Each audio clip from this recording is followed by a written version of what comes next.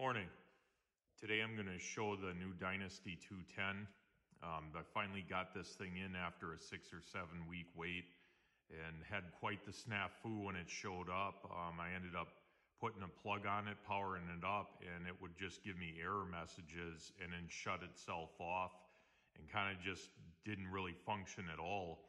I ended up contacting Miller about it, and they basically said that it must be defective and that I need to talk with the supplier that I got it from, which in the case of this is CyberWeld online, and that they would end up handling it. So I ended up contacting CyberWeld, and they said, well, if we had another one, we'd send it immediately, but we don't, and Miller doesn't have any of these in stock, so it could be 2 to 4 week wait. I pretty much just accepted that and then sat around and was kind of frustrated that I couldn't have a functional welder sooner. So I ended up tearing the thing apart. I took the top case off, the front and the back, and started looking at all the internals in it.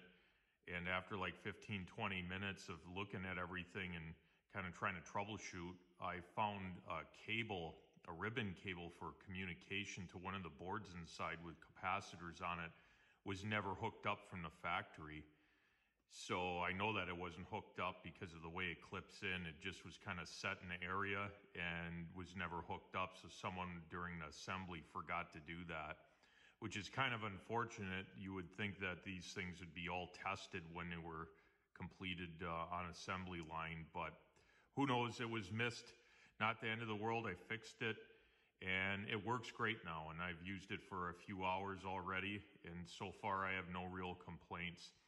So anyways, this is the new 210.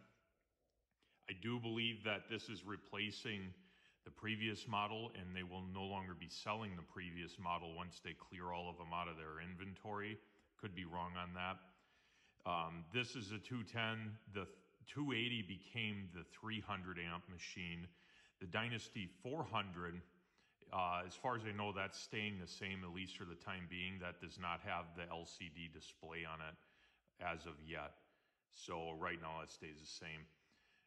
Anyways, I'm going to do a bunch of videos on all the settings that this offers, what it does, what it doesn't do, and give my at least initial impressions on it. And I hope you enjoyed. Thanks.